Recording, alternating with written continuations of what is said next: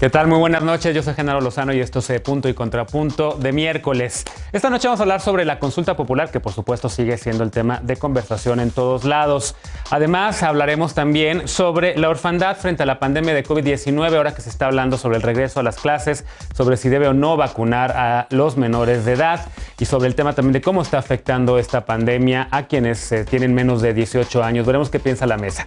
Y finalmente hablaremos sobre el desaforo que no llega, el desaforo a los diputados Saúl Huerta de Morena y Mauricio Toledo del Partido del Trabajo, que vuelve a quedar como un pendiente legislativo. Quédate con nosotros que ya empieza la mesa esta noche. Esto es Punto y Contrapunto.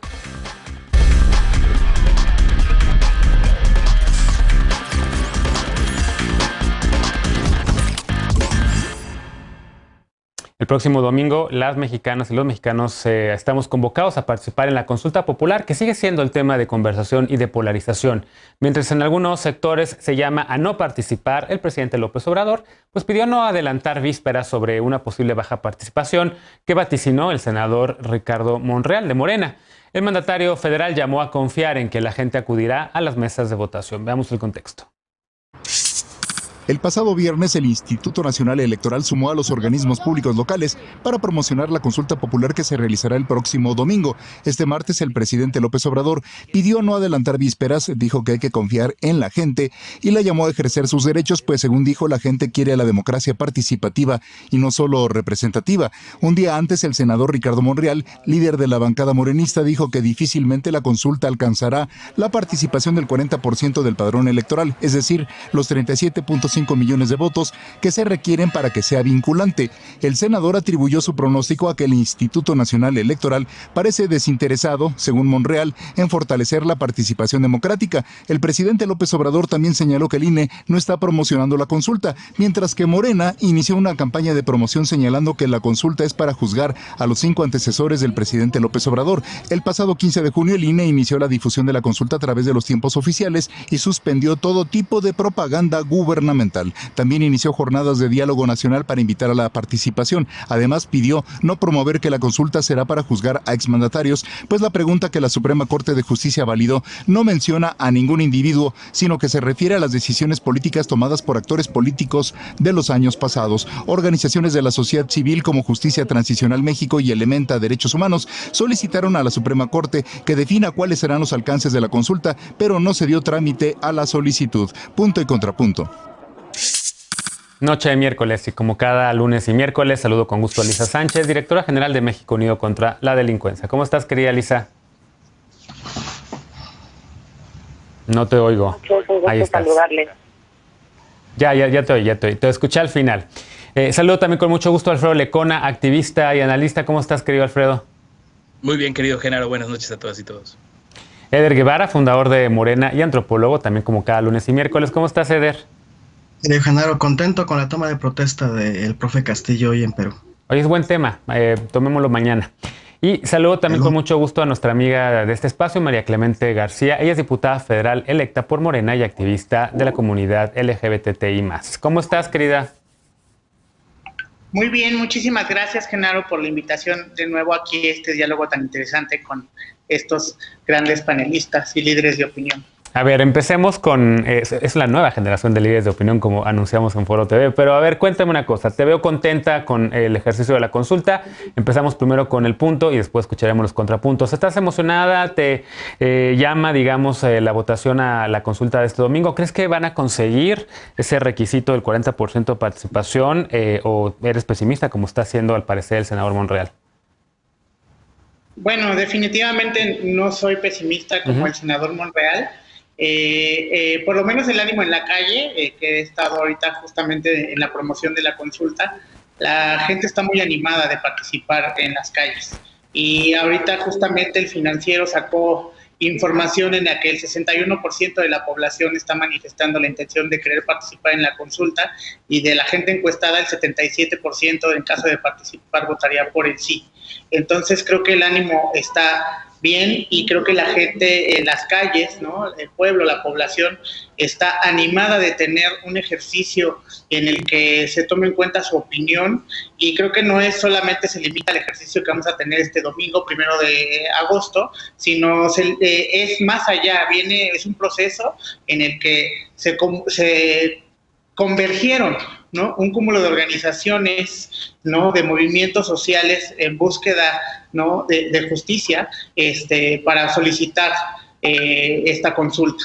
Y primero, pues, juntamos muchísimas firmas, como lo estableció el Instituto Nacional Electoral, para poder validar la solicitud de la consulta. Se ejecuta, se lleva a cabo en todos los términos que el mismo instituto ha determinado, y sobre todo en el término de que la pregunta justamente es una pregunta que determinó la Suprema Corte de Justicia, no es la pregunta que originalmente queríamos hacer, y aún así, bajo estos criterios, la gente, las personas están muy animadas de participar, porque es innegable todas las atropellos y atrocidades que se han ejecutado en perjuicio del pueblo de México, por lo menos en los 5 sexenios anteriores a este. Bien, a ver, Alfredo, contraste, contrapunto. Tú, al contrario, tú tienes una postura intermedia y hablas más bien o tratas de darle eco a los colectivos de víctimas, ¿no? Que piden poner a las víctimas en el centro, que has visto y has argumentado que esto podría abrir la posibilidad de la creación de una comisión de la verdad. ¿Qué le contestas a María Clemente, que pues habla sobre este entusiasmo, estas asambleas, socializar la consulta como un juicio de expresidente? Francamente, yo veo que Morena ha optado por solamente escucharse a sí mismos, por solamente escuchar y repetir lo que dice el presidente López Obrador. Y no solo es Morena, en general, esa nauseabunda polarización que arrasa con cualquier tema importante, por supuesto que se instaló en este proceso, es una oportunidad perdida para el país y, por supuesto, sobre todo para las víctimas, Genaro. Tú ayer tú lo has escrito, y ayer también ponías un tuit que lo feo de esto, lo más feo, es que no se está poniendo a las víctimas en el centro, porque si se pusiera a las víctimas en el centro, se habría hecho un esfuerzo realmente importante, responsable, y no nada más hablo de Morena, sino también del bando que ha invitado a boicotear la consulta, porque ese punto intermedio que tú dices realmente es lo que le da cobijo al ejercicio propio de la consulta. La Corte le dijo a Andrés Manuel López Obrador que no es posible someter a consulta las facultades de los jueces y de los ministerios públicos, y por tanto no hay ninguna versión de esta historia que termine con un probable juicio a expresidentes, con una investigación. No la hay. El ejercicio está cerrado por completo por la propia Suprema Corte de Justicia para que eso suceda. Lo que estaba ahí, en el párrafo 79 de la sentencia, muy escondidito, no traducido bien en la pregunta, en una pregunta innecesariamente confusa, y esa es responsabilidad de la Corte, que al día de hoy siguen sin salir a aclarar la sentencia. Pero si tomamos por lo menos lo que el ministro Saldívar ha dicho por ahí en una entrevista del País, la oportunidad y la ventana que abre un eventual sí vinculante de la consulta popular es a la creación de mecanismos para para construir verdad, como se han llevado a cabo en otros países. Y esos mecanismos se llaman precisamente comisiones de la verdad, claro, que es pensar fuera del derecho penal. Esa era la oportunidad que teníamos ahorita, quitarnos el discurso de la venganza, del juicio a expresidentes, las mentiras, y construir a partir de ahí un discurso, una narrativa que nos permita pensar en la justicia, en el derecho a la verdad para las miles de víctimas de este país y la sociedad desde otro punto, no desde el punitivismo, sino de la construcción colectiva de hechos. Esa oportunidad está prácticamente perdida. Yo nada más rescato, y con esto cierro, Genaro, que a pesar de eso, yo sí voy a ir a participar y voy a manifestar por qué lo estoy haciendo. Voy a dejar en la boleta, como muchas madres van a ir a dejar cartas de sus hijos pidiendo el regreso de sus hijos desaparecidos. Y creo que aquí quien está poniendo el punto de dignidad es el EZLN, que ha invitado a trascender la consulta, a participar como los pueblos originarios lo van a hacer, incluso extemporáneamente. Y esto es, más allá del domingo, pensemos antes, durante y después, y dediquemos parte de nuestro trabajo, de nuestro tiempo, de nuestro esfuerzo, de nuestro talento, a visibilizar a las víctimas y empezar una gran campaña nacional por la verdad y la justicia. Ha habido contrapuntos entre Alfredo Lecona y Eder Guevara, pero también hay puntos de coincidencia. Ambos van a ir a votar por razones distintas, tal vez. Eder, ¿estás emocionado? Estamos a 3 días de la consulta. Traes una playera en donde estás llamando al voto. Sí, no, de hecho yo coincido en dos cosas con Alfredo. El STLN le aporta congruencia al pronunciamiento. Ellas y ellos llaman a votar en la consulta, pero no que no se quede ahí en el voto a la consulta. Incluso dice, si no estás de acuerdo con el tema de la consulta por alguna valoración, pero sí en la necesidad de que haya justicia para las víctimas, acércate a las víctimas, manifiéstate a favor de que haya justicia para las víctimas. Eso es una gran aportación del movimiento zapatista y me da mucho gusto que se haya dado. La otra cosa en la que estoy de acuerdo con Alfredo es que a partir de este debate popular que se ha abierto gracias a la consulta, se tienen que empujar procesos de la verdad, se tiene que empujar un proceso para que se pueda resarcir el daño más allá del asunto punitivista. Con lo que no estoy de acuerdo con él es que ya haya sido una oportunidad desperdiciada. Al contrario, yo estuve particularmente en Guerrero, en Oaxaca, en Veracruz, hablando en reuniones populares con gente de base. Esto de que Morena solo se escucha a sí mismo es un exceso de soberbia para quien no sale de su oficina. Por otro lado, este proceso, este movimiento por el juicio a expresidentes, lo encabezan víctimas, lo encabeza Omar García, que es víctima, sobreviviente de Ayotzinapa, lo encabeza Ariadna Baena, que es víctima también de desplazamiento forzado, lo encabezan compañeras como María Clemente. En mis conversaciones ahí en las comunidades, yo sí hablo del juicio a expresidentes, pero lo aterrizo, por ejemplo, en temas como los feminicidios, los transfeminicidios, la Ayotzinapa, Aguas Blancas, en cada uno de los crímenes que se cometieron bajo el yugo neoliberal por una decisión política de Estado que facilitaron los expresidentes. Si podemos romper el manto de impunidad en contra de ellos, por supuesto que la justicia hacia abajo caerá y se llevará a cabo. Entonces, hay que salir, hay que votar, hay que participar y, como bien dice el ZLN, independientemente de la decisión que cada quien tome, hay que estar siempre con las víctimas. De acuerdo. Liz, a ver, lo que menciona Eder puede ser un llamado interesante al voto, sobre todo por el tema de todos los agravios que menciona, ¿no? Los transfeminicidios, los feminicidios, etcétera. Pero esos incluyen no solamente a los expresidentes de México, incluyen a gobernadores, a exgobernadores, a secretarios, a directores de policías, a militares, etcétera. Morena se ha concentrado en hablar en los expresidentes solamente sobre este tema y tampoco queda tan claro que realmente como resultado de este proceso, pues algún expresidente acabe en la cárcel. ¿Cómo ves la consulta del domingo? Ya estamos a 3 días. Creo que la consulta es un ejercicio sumamente interesante porque simplemente abre la conversación sobre distintos puntos de reflexión que son importantísimos de esclarecer, ¿no? Y ahí creo que vale la pena también, hablando de las trayectorias, hablar de las distintas organizaciones de la sociedad civil que se han dedicado a acompañar el proceso de la consulta para poder poner peticiones de esclarecimiento en el centro.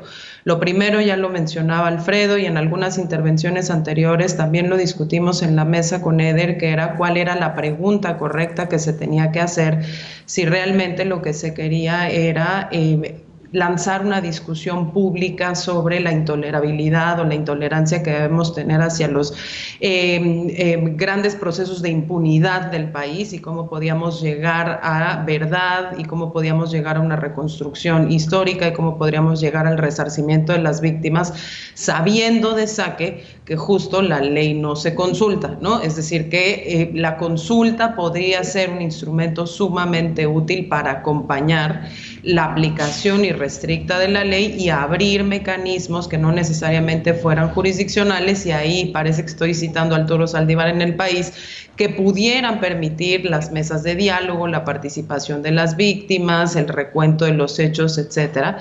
Y creo que esa es una de las partes como más importantes que tenemos que resaltar. Las mismas organizaciones también lo que hicieron fue escribir y clarificar específicamente qué significaba la justicia transicional. En este programa lo hemos discutido muchísimo, pero es cierto que para muchísimas personas sigue siendo un concepto lejano, que no termina de entenderse, que encuentra sus ejemplos a lo mejor en unas latitudes demasiado lejanas al contexto mexicano y al mismo tiempo, ¿no?, que encuentra ejemplos de los cuales pues sí, desafortunadamente no podemos decir que haya habido cambios fundacionales particularmente importantes como fueron las comisiones de la verdad en Guerrero, en Oaxaca, como fueron los distintos informes que se hicieron desde la década de los 40 sobre los distintos asesinatos políticos e incluso más recientemente, ¿no?, procesos de periodismo investigativo de reconstrucción de la verdad para poder incluso enterrar la famosa verdad histórica sobre Ayotzinapa, etcétera,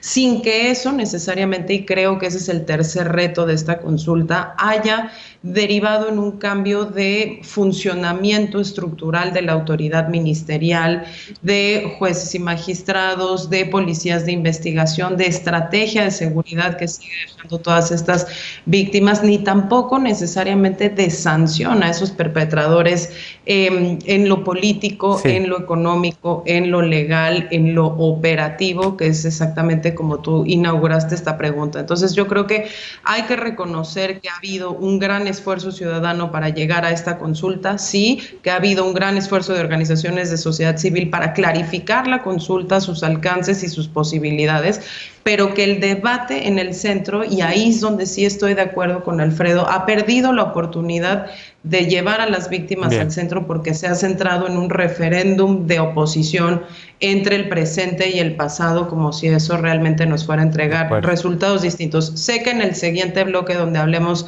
de temas de desafuero, de políticos, podemos abundar en esto, entonces dejaría ahí esa participación, pero creo que son puntos importantes a clarificar. 20 segundos porque Lecona lo vi con ganas de responderle a Eder.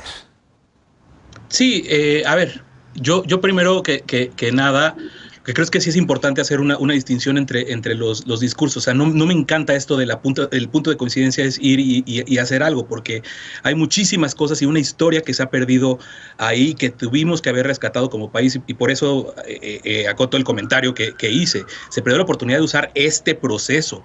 Todas las otras oportunidades van a estar tan abiertas como estuvieron antes. Ojalá que los llamados del EZ, sobre todo a esta articulación de víctimas, termine sucediendo, que se empiecen a hablar las víctimas del pasado con las víctimas del presente y que empecemos pues, en un futuro. Pero yo quiero preguntarle a Eder y a María, ¿qué han hecho estos 3 años ante tantos atropellos de la Cuarta Transformación en perjuicio de las víctimas?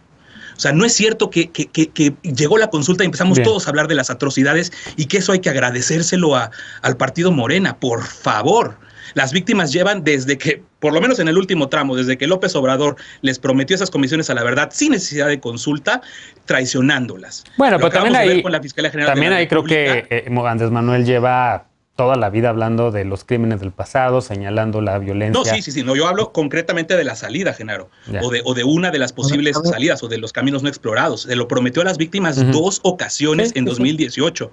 Traicionó esa promesa, esa agenda que se construyó está tirada a la basura, y un año después ya eran el show y un golpe a su investidura cuando marchó el Movimiento por la Paz, con Justicia y Dignidad con Javier Ya estamos 3 minutos arriba, 20 segundos, Eder, porque tiene que ser también posibilidad de réplica. Bueno, de entrada, el gobierno federal, el gobierno de Andrés Manuel López Obrador ha hecho un montón de cosas por las víctimas. Sin embargo, todavía no es suficiente porque cada proceso que se abre surgen nuevas circunstancias terribles que dejaron en el pasado. Entonces, el gobierno federal sigue trabajando y ahí están las pruebas, ahí están los informes. ¿Y la FGR? Ley de FGR. Déjame hablar, hablaste un montón, déjame hablar. Ley de FGR. Por otro lado, bueno, está bien, habla. Bueno, vamos a una pausa, regresamos. Recientemente se dio a conocer un estudio que estima que 141,000 menores han quedado en situación de orfandad en nuestro país debido a la pandemia de COVID-19. ¿Cómo debería abordar el gobierno de la 4T este tema? ¿Se están tomando o no medidas al respecto? ¿Qué pasa con el tema de la vacunación a menores? Regresamos a Punto y Contrapunto, no te vayas.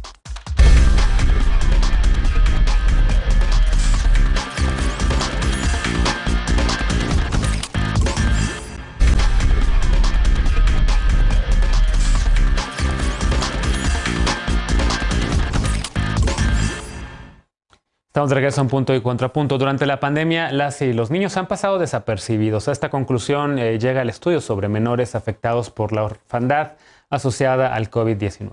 Recientemente, este estudio fue publicado por la revista inglesa The Lancet y llama a ampliar la inmunización a menores, así como a crear programas que apoyen a las familias, pues para que puedan cuidar a quienes han perdido a sus padres, madres o tutores. Veamos el contexto.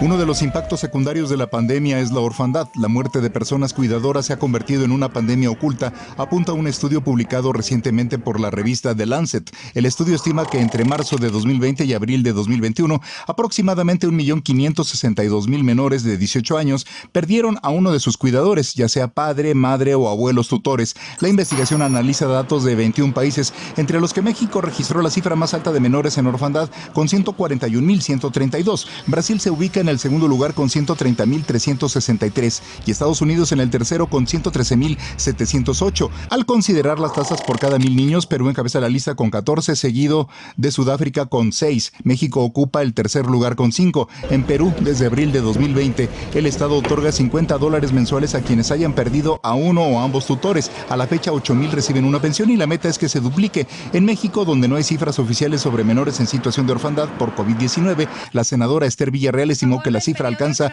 los 185.000. La panista, que preside la Comisión de Derechos de la Niñez y la Adolescencia, pidió que el gobierno federal y las entidades diseñen un programa nacional que asegure la adecuada alimentación, protección social, atención médica, económica, psicológica y educativa de estos menores. Según el estudio de The Lancet, la muerte de los cuidadores puede incrementar el riesgo de sufrir problemas de salud mental, violencia física, violencia emocional y sexual y pobreza familiar. Punto y contrapunto.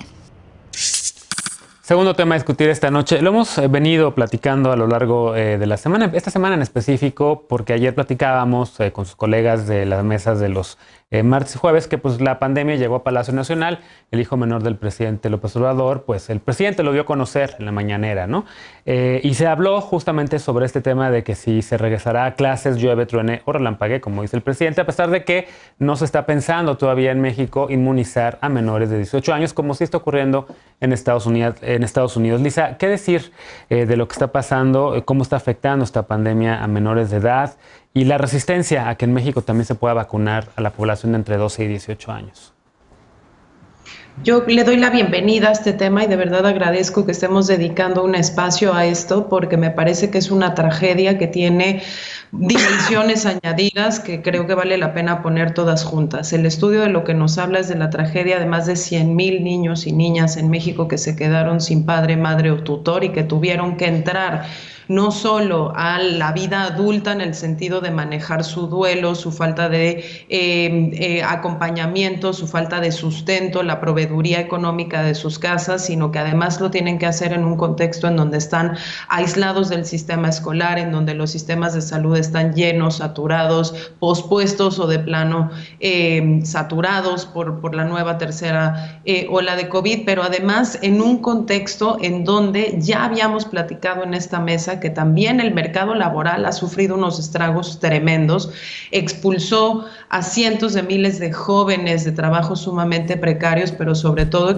expulsó con particular virulencia a las mujeres que eran jefas de familia, pero no solo, sino que también realizaban ya la mayor parte de las labores del hogar, el acompañamiento escolar de los hijos, el cuidado de las personas mayores. Según un estudio del Colegio de México de Landy Sánchez y Ana Escoto, por lo menos en la primera y segunda ola de la pandemia, 20% de las mujeres que realizaban una actividad económica remunerada se quedaron fuera de ese mercado laboral, lo cual hace que tenías mujeres que ya de por sí estaban sobresaturadas porque tenían que trabajar y al mismo tiempo tenían que hacerse cargo de esta nueva realidad en los hogares con los menores adentro de los hogares, muchas veces en condiciones de suma precariedad, ni siquiera con sus servicios básicos suficientes para mantener o la sana distancia o las medidas de higiene necesarias para no contraer la enfermedad de COVID-19, sino que ahora muchas de ellas que ya no están participando activamente en ese mercado laboral, ya no tienen a la pareja o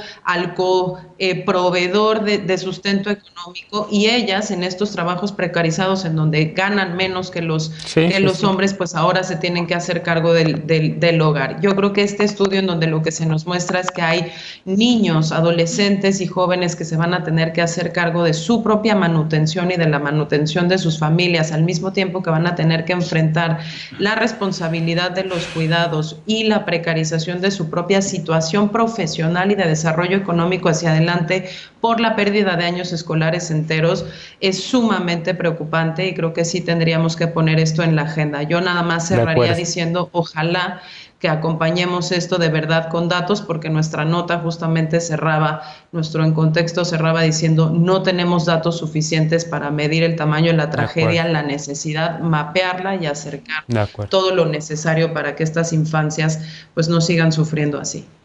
En efecto, pues la pandemia ha afectado a todo el mundo, pero en específico a las infancias que no han podido regresar a clases, Eder, a quienes han perdido también a sus padres, madres o tutores. Y también ya creo que el conteo oficial de muertes de menores de 18 años en México ya pasaba los 600 fallecimientos. ¿Qué decir sobre todo ante lo que estamos en la tercera ola? Hoy rebasamos los 19,000 contagios y son cada vez más en gente más joven. No se está hablando de vacunar a estas poblaciones todavía. Se está hablando muy poco en el mundo. Hay apenas 1 o 2 vacunas que tienen la capacidad para vacunar a de 12 años en adelante.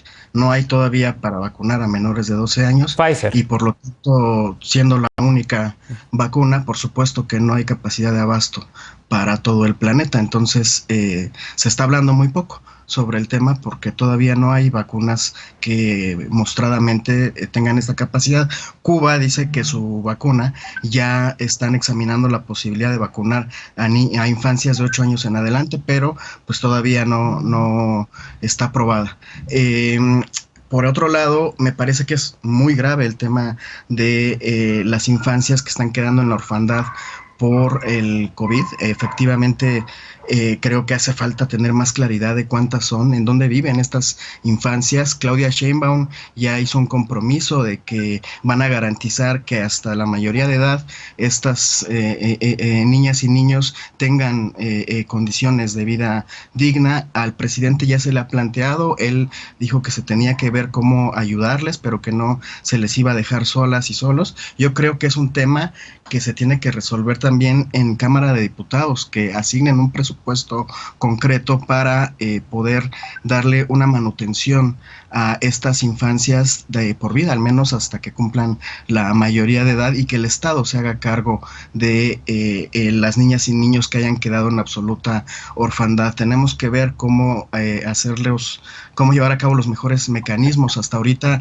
yo he estado buscando y no hay tampoco ejemplos de política pública dirigida a este sector en el mundo. Entonces hay que pensarlo, hay que recoger mejor los datos de cuántas niñas y niños están quedando en esta circunstancia por el COVID, y por supuesto que no podemos dejarles solas y solos en el proceso. Y ya ahora sí, terminando el comentario que no me dejó Lecona, me parece muy grave que una ala de la sociedad asuma la representación de todas las víctimas. Las víctimas incluso tienen divisiones y tienen separaciones, y hay muchas víctimas que están trabajando de manera muy estrecha con el gobierno federal, y hay muchas víctimas que están impulsando el juicio a expresidentes. Yo creo que a nadie le ayuda a asumirse la vocería de todas las víctimas todo el tiempo. Bueno, pues eso va para un lado y para el otro, ¿no? También va para el gobierno y va también para los colectivos.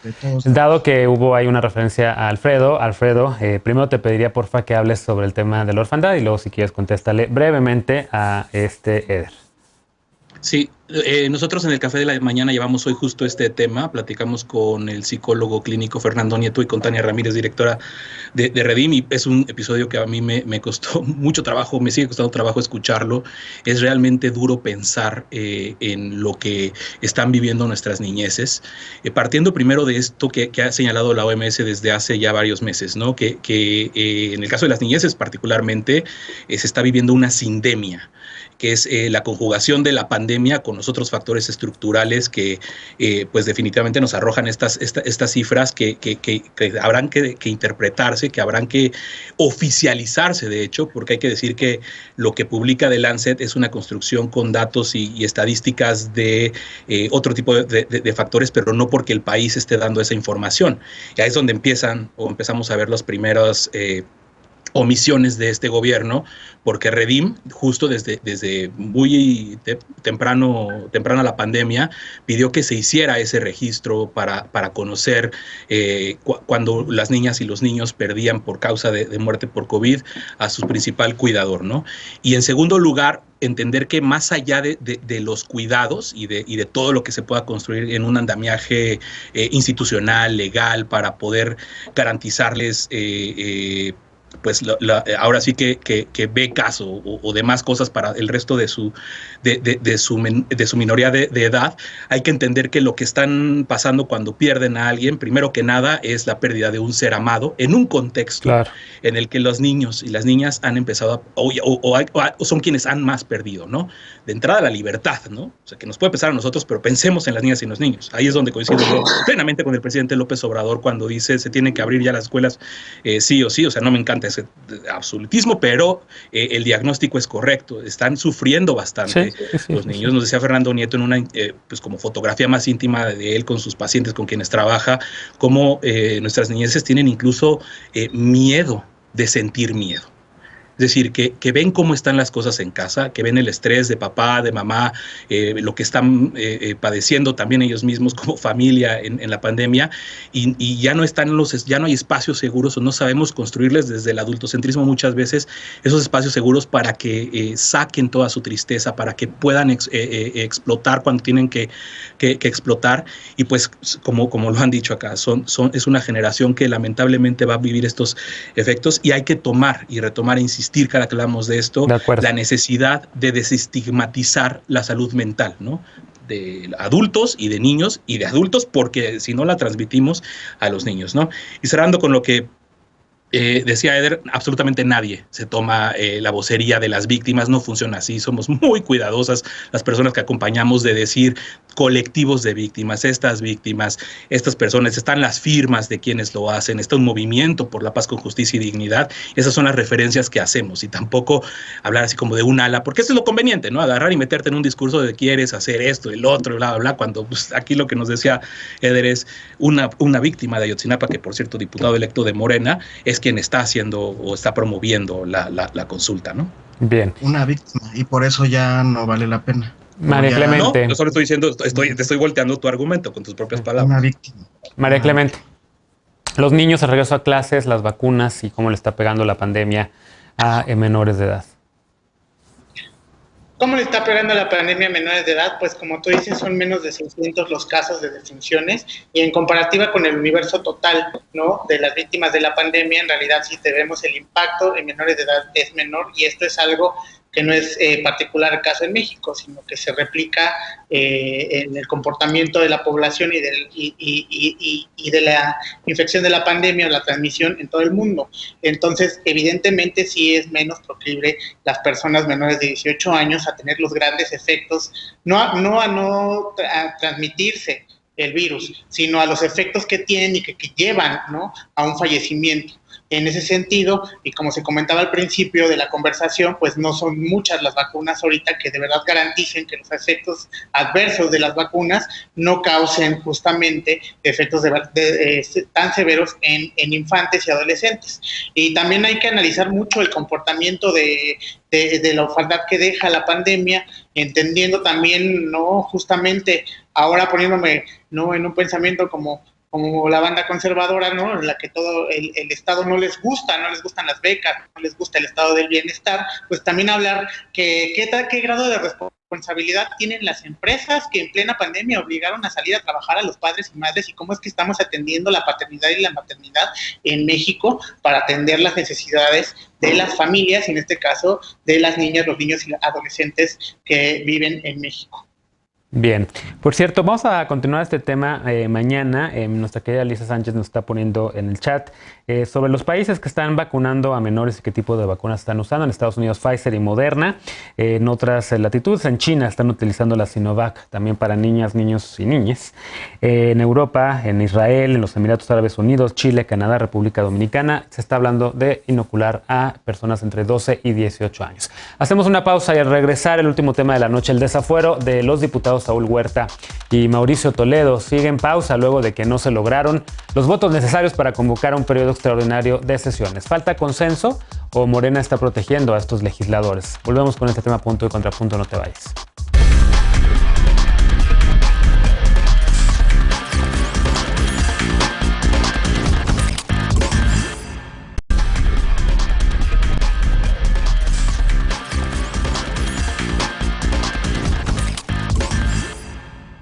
Estamos de regreso para el último bloque de la noche. El desafuero de los diputados Saúl Huerta de Morena y de Mauricio Toledo del Partido del Trabajo volvió a quedar como un pendiente legislativo. Ayer en la comisión permanente no se lograron los votos necesarios para convocar a un periodo extraordinario de sesiones debido a la ausencia de las y los legisladores del Partido del Trabajo, así como de otros aliados de Morena. Desde el 5 de julio, la sección instructora de la Cámara de Diputados y Diputadas aprobó el proceso para desaforar a estos legisladores.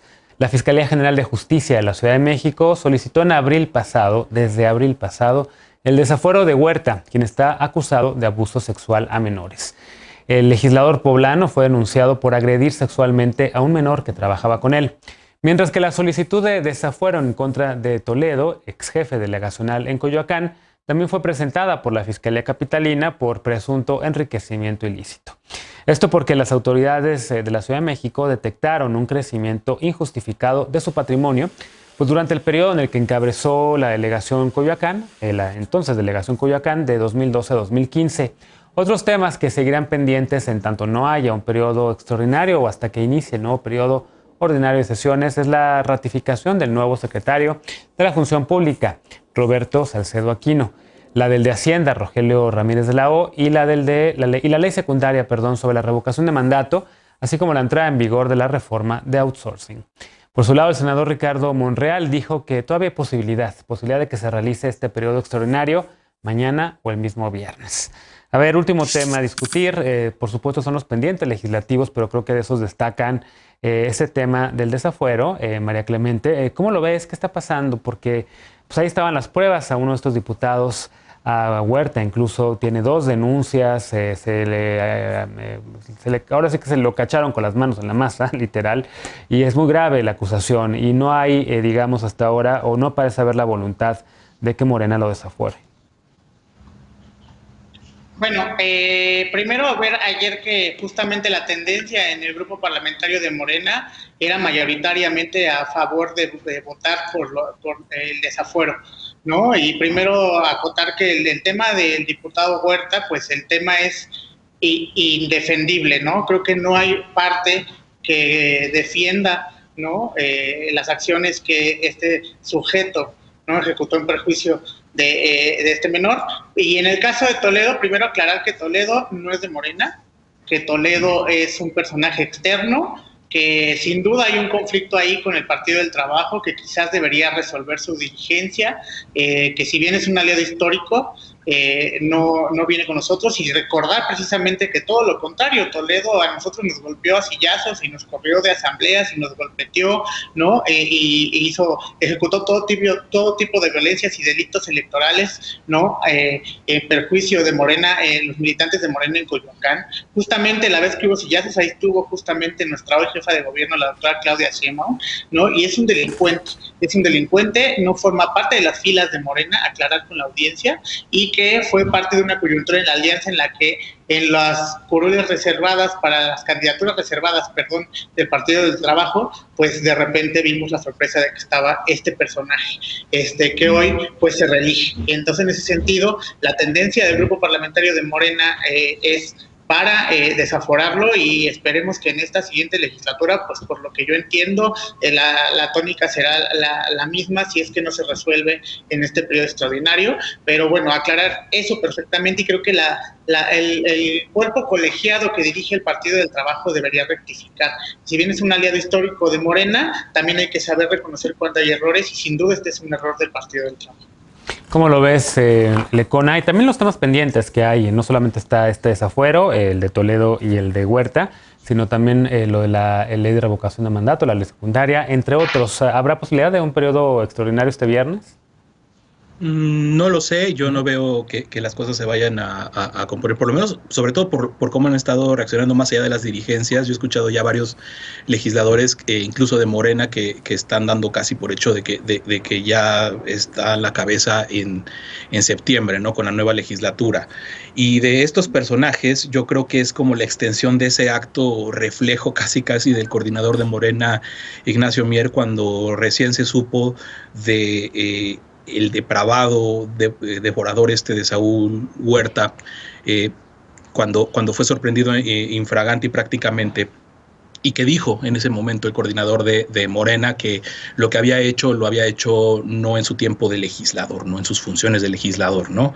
En una declaración francamente absurda que en un país normal, quiero pensar, en una democracia funcional, le costaría incluso esa simple declaración a un coordinador parlamentario de un grupo, pues ese puesto, y vemos que no, que va a seguir ratificado. Y digo que es un acto reflejo porque detrás de esa protección que se da por las siglas partidistas por encima de la evidencia de la comisión de un delito, pues es lo que impera, lo que ha imperado toda la vida en este país, lamentablemente, y creo que no está haciendo excepción esto, y no sé si la pista está más justo por Toledo, el famoso Tomate, un personaje cuya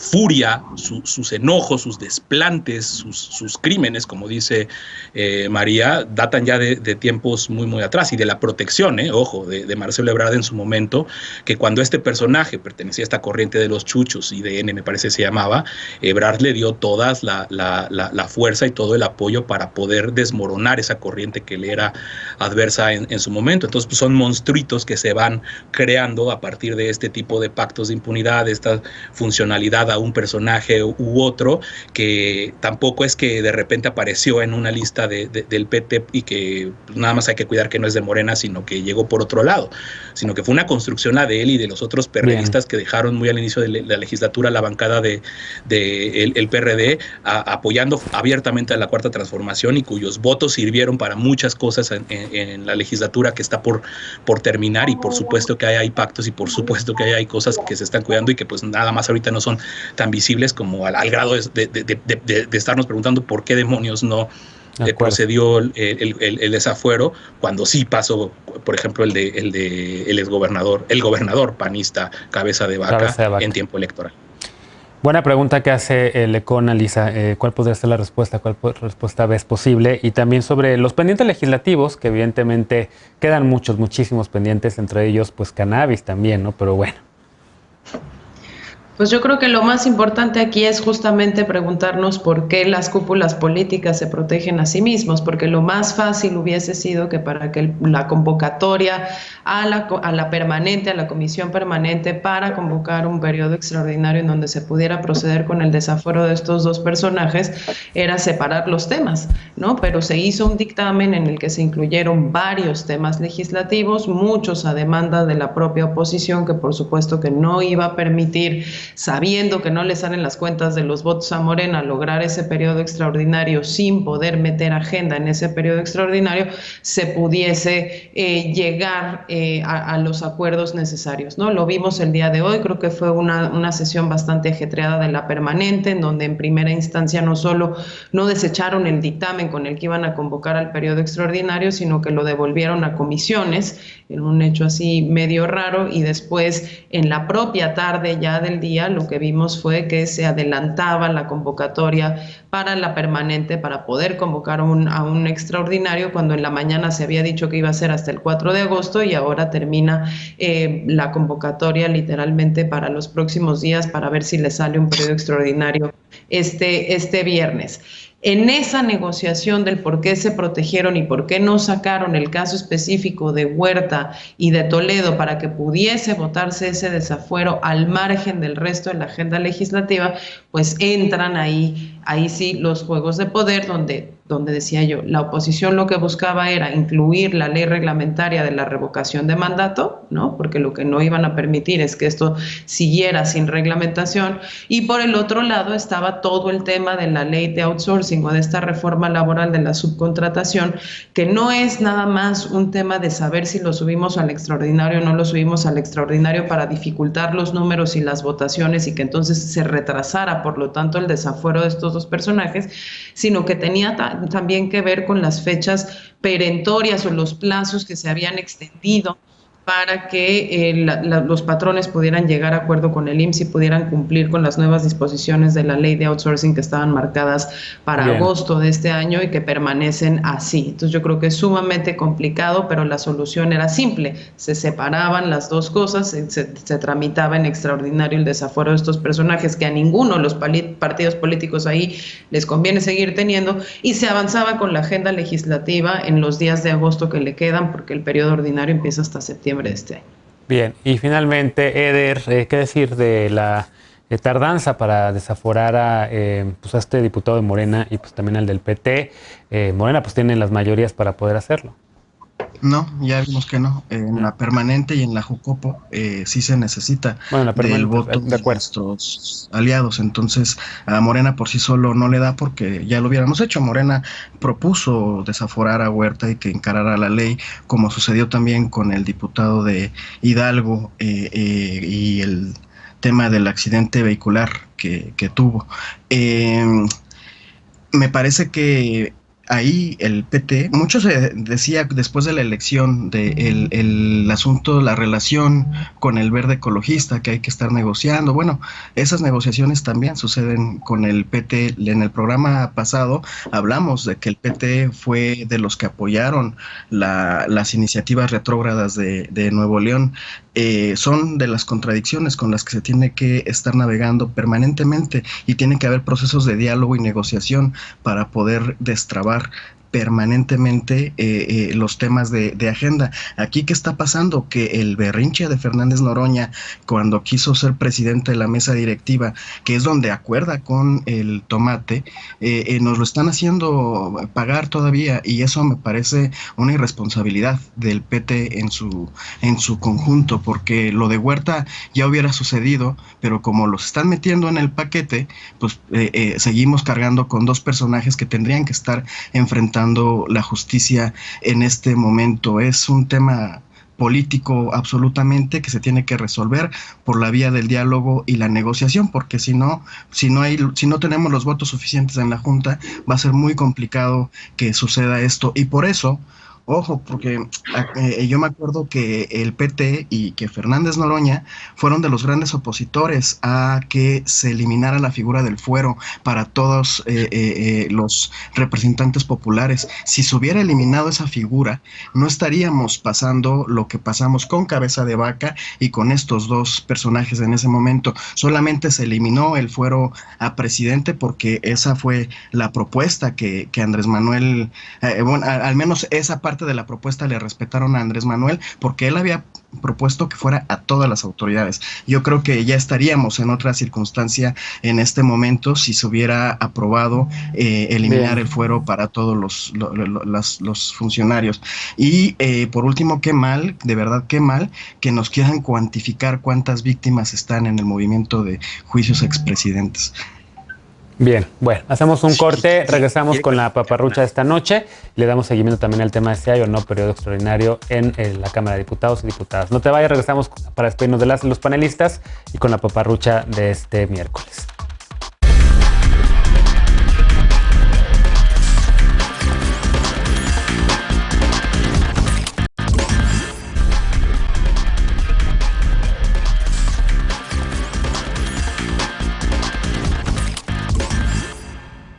Estamos Estamos de regreso ya para despedirnos con la paparrucha de esta noche. La Comisión Federal para la Protección contra Riesgos Sanitarios, la COFEPRIS, aprobó un nuevo tratamiento para la COVID-19. Este lunes, COFEPRIS informó que emitió una opinión favorable para 2 medicamentos desarrollados por la farmacéutica estadounidense Eli Lilly and Company.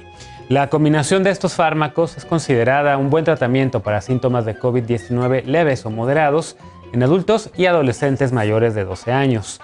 El tratamiento consiste en una combinación de anticuerpos que buscan evitar que las personas con COVID-19 enfermen de manera grave o que sean hospitalizadas. Pero ten cuidado con las paparruchas. Este tratamiento no ha sido autorizado para su uso ni comercialización en México. La opinión favorable forma parte del proceso de aprobación de la calidad, seguridad y eficacia de nuevos medicamentos de COFEPRIS, pero esto no significa que haya sido autorizado ya ni que vaya a ser utilizado en lo inmediato, aunque algunos medios difundieron equivocadamente esta información. COFEPRIS apuntó que todavía está pendiente la solicitud del tratamiento para su uso de emergencia aquí en México. Así que estaremos pendientes de la posible autorización. Mientras tanto, no caigas en fake news, en paparruchas, en noticias falsas y evita el aumento de contagios que está altísimo en esta tercera ola. Lávate las manos bien y con frecuencia, mantén la sana distancia, ventila los espacios cerrados y si sales o vas a estar adentro de un espacio cerrado con mucha gente, utiliza un cubrebocas. Síguete cuidando, sigue cuidando a quien más quieres. Gracias por nos acompañar esta noche. Gracias, Lisa. Gracias, Eder. Gracias, Lecona, y gracias, María Clemente. Nos vemos mañana en punto a las 11 para un nuevo Punto Contra Punto. Descansa, bonita noche.